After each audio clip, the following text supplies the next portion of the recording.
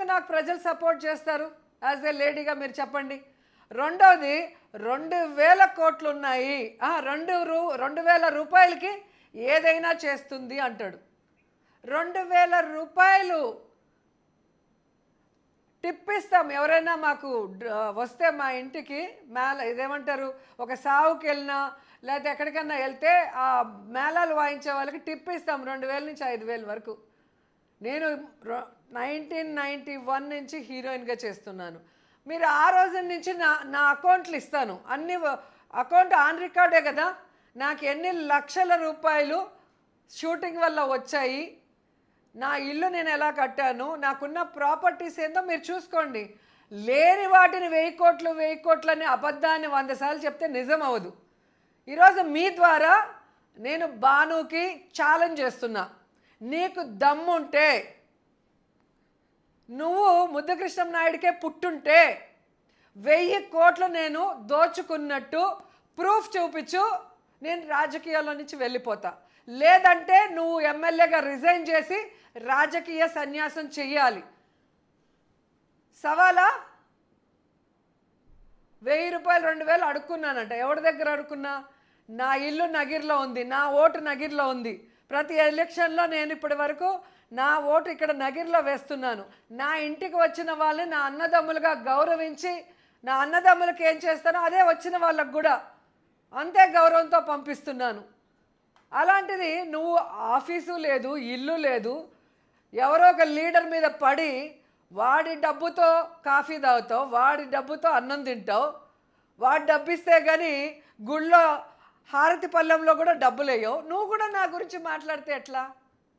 ఈరోజు అడుగుతున్నా, నువ్వు ఏం మూటలు మోసావని. ఈరోజు నీకు అన్ని ఆస్తులు ఉన్నాయి చెప్పు. నాకు ఆస్తులు ఎలా వచ్చినాయో నా ఐటీ రిటర్న్స్ చూడు, నా బ్యాంక్ స్టేట్మెంట్స్ చూడు. ఏ ప్రొడ్యూసర్ ఏ సినిమా చేస్తే ఎంత అమౌంట్ వేశాడు, ఏ టీవీ షో చేస్తే ఎంత అమౌంట్ వేశారు, ఏ షాప్ ఓపెనింగ్ చేస్తే ఎంత వేశారు, ఏ యాడ్ చేస్తే ఎంత వేశారో క్లియర్గా ఉంటుంది.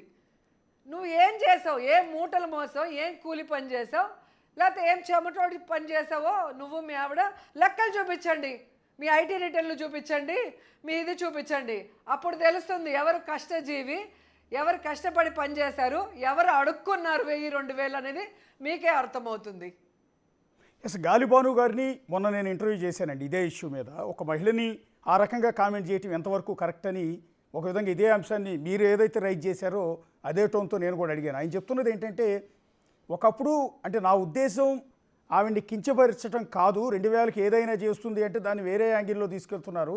నా ఉద్దేశం ఆ రోజుల్లో డబ్బులు లేక 2,000, 3,000కి కూడా అడిగే పరిస్థితి, చేయి జాచే పరిస్థితిలో ఉన్న ఆవిడ, శ్రీనగర్ కాలనీలో 12,000 రూపాయలకి రెంట్కున్న ఆవిడ ఈరోజు 1,000 కోట్లకు పడగలెత్తిందని చెప్పే ఉద్దేశంలో ఉంది తప్ప దాన్ని ఇంకో రకంగా తీసుకెళ్ళొద్దు అని అంటున్నాడు ఆయన.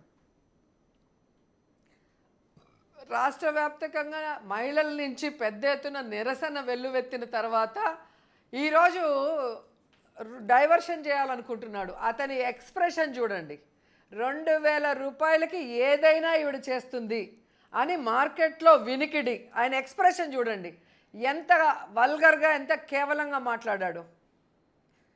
ఈ రోజుటికి నేను సినిమా చేస్తే ₹1,00,00,000 పైన ఇస్తారు. రీసెంట్గా చేశాను, ఆ వైట్ అమౌంటే మీరు అకౌంట్స్ ఇస్తాను చూసుకోండి. అలాగే నేను చేసే టీవీ షోస్ ఏవైతే ఉన్నాయో, జబర్దస్త్ కానీ, డ్రామా జూనియర్స్ కానీ, ఏదైనా కూడా ఈవెంట్లు కానీ, ఒక్క షోకి ఒక రోజుకి నాకు ఎన్ని లక్షల రూపాయలు ఇస్తారో అమౌంట్ అన్నీ వైట్ అమౌంటే కదా, అగ్రిమెంటు అకౌంట్లో వైట్ అమౌంట్ ఉంటాయి, అవన్నీ రికార్డ్ ఇస్తాను. ఏ రోజు 2,000కి నేను ఎవరి దగ్గర చేయొచ్చో చెప్పాలి.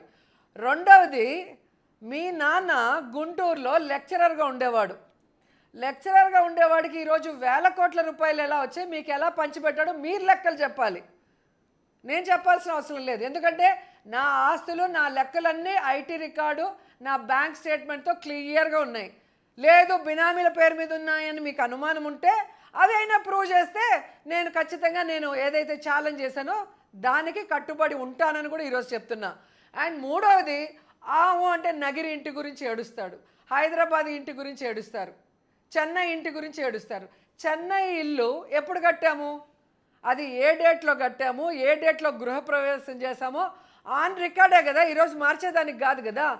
చెన్నై ఇల్లప్పటికీ నాకు పెళ్ళైనా అయిందా లేదా అని తెలుసుకోమను. తెలుసుకోకుండా నోటికి వచ్చింది మాట్లాడితే ఎలాగా? అలాగే హైదరాబాద్ ఇల్లు గృహప్రవేశం జరిగినప్పటికీ నేను ఎమ్మెల్యే అయ్యానా లేదా అనేది తెలుసుకోవాలి కదా. తెలుసుకోకుండా ఎలా మాట్లాడతావు? నగిరి ఇల్లు గవర్నమెంట్ వచ్చే ముందు కట్టానా అది వచ్చిన తర్వాత కట్టాను ఆ డేటు టైం? ఎందుకంటే నేను అందరినీ పిలిచి ఘనంగా అందరికీ భోజనాలు పెట్టే నేను ఓపెనింగ్ చేశాను. ఏ డేట్లో చేశాను చూడు. అప్పటికి ప్రభుత్వం వచ్చిందో లేదో చూడు. 10 సార్లు అబద్ధం చెప్తే నిజమవుతుందని అసలు గవర్నమెంట్ రాకముందు యాజ్ ఏ ఆర్టిస్ట్గా నేను కట్టుకున్న ఇళ్ళని దోచుకున్న డబ్బులని చెప్పడానికి సిగ్గుండాలి. అయితే ఇక్కడ ఒకటి గాలిబాను అన్న తర్వాత